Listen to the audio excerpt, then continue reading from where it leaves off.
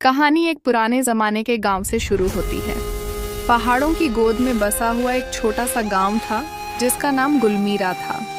यहाँ की जिंदगी बहुत ही सीधी सादी थी। लोग सूरज निकलते ही अपनी बकरियां लेकर जंगलों की ओर निकलते, दिन भर घूमते और शाम ढलते थके कदमों से वापस लौटते। गांव की चूल्हों से उठती लकड़ी की सौंधी खुशबू और दीवारों पर पड़ती सुनहरी धूप जिंदगी को सुकून देती थी।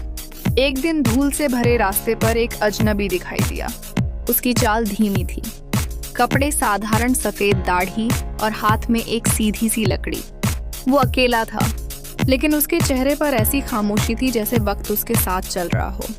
वो गांव की मस्जिद के पास कुएं पर जाकर बैठ गया, वजू किया, पानी पिया और आंखें बंद करके बैठ गया। कुछ बच्चों ने दूर से उसे देखा, औरतों ने खिड़कियों से झांका, लेकिन वो सबसे बेपरवाह था, जैसे किसी और दुनिया से आया हो। शाम को मस्जिद के इमाम वहां पहुंचे। उन्होंने सलाम किया और कहा, बाबा जी आप कहाँ से आए हैं? दरवेश ने आसमान की तरफ देखा और धीरे से कहा, जहाँ से आया हूँ वहाँ सवाल नहीं होते और जहाँ जा रहा हूँ वहाँ जवाब बाकी नहीं रहते। इमाम साहब ने कुछ पल उसे देखा, फिर खामोशी से मस्जिद के एक कोने की ओर इशारा किया। बाबा जी आप यहाँ रात बिता सकते हैं, यह अल्लाह का घर है और आप अल्लाह के बंदे।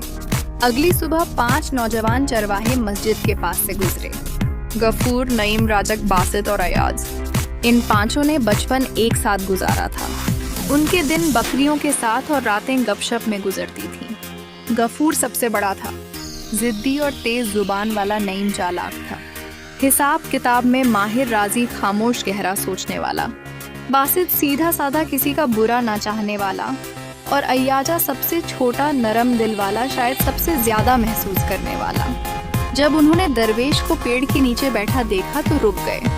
अय्याज धीरे से आगे बढ़ा, अदब से बोला, बाबा जी कुछ लेंगे? हम दूध ले आई, रोटी। दरवेश ने आंखें खोली, उन पांचों को ध्यान से देखा, फिर धीरे से बोला, तुम 5 हो लेकिन दिल एक है और वह एक है जो तुम्हें आजमाने वाला है। गफूर ने जोर से हंसते हुए कहा, हम तो बस चरवाहे हैं, इम्तिहान तो बादशाहों के लिए होते हैं। दरवेश ने आसमान की ओर देखा और मुस्कुरा दिया, लेकिन कुछ नहीं बोला।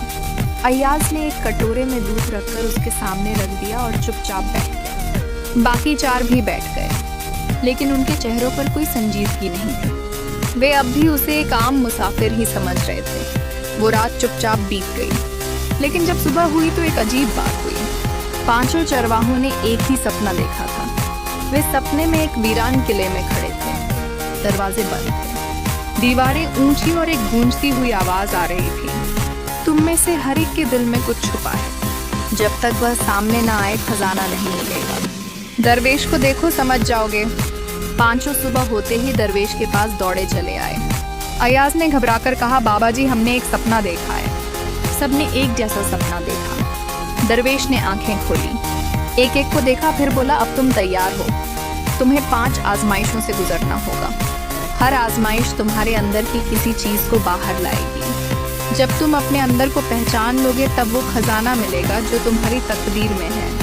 गफूर ने पूछा, कैसा खजाना? सोना चांदी? दरवेश ने सिर हिलाया, नहीं, वो खजाना जिसे पाकर इंसान खुद को पहचान लेता है, जो तुम्हें वह बना देगा जो तुम बनने के लिए पैदा किए गए हो। अयाज ने धीरे से पूछा, लेकिन बाबा जी हमें कैसे पता चलेगा कि कब निकलना है, कहाँ जाना है? दरवेश ने आसमान की तरफ देखा और बोला, जिस दिन तुम्हारा दिल बेचैन हो जाए और नींद तुम्हारी आंखों से रूठ जाए, समझ लेना वक्त आ गया है। वो दिन तुम्हें खुद बुलाएगा, तुम्हें एक आवाज सुनाई देगी। 5 कुछ पल चुप बैठे रहे, फिर उठकर मस्जिद से निकल गए। उस दिन वे बकरियों को लेकर जंगल की ओर गए, लेकिन उनकी बातों में वह पुरानी शरारत नहीं थी। गफूर कुछ ज्यादा ही चुप था।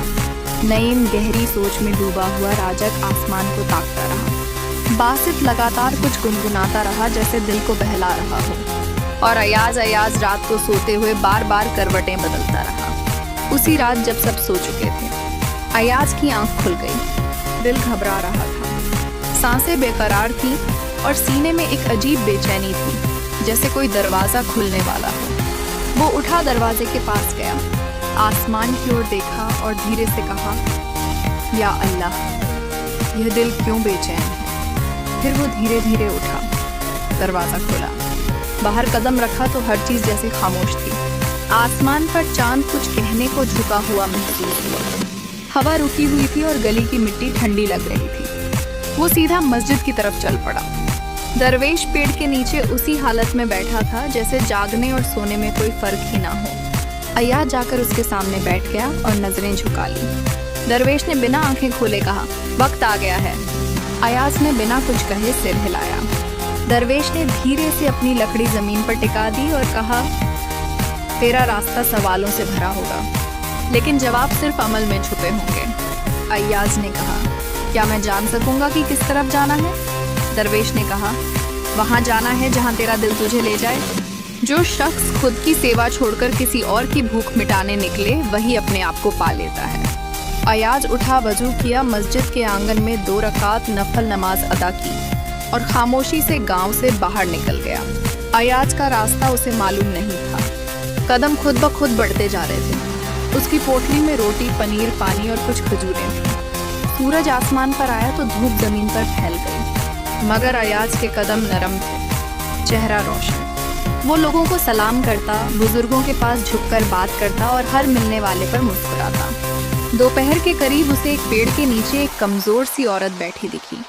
उसके चेहरे पर गर्द जमी थी, आंखें बेनूर थीं और शरीर निढाल। अय्याज उसके करीब गया और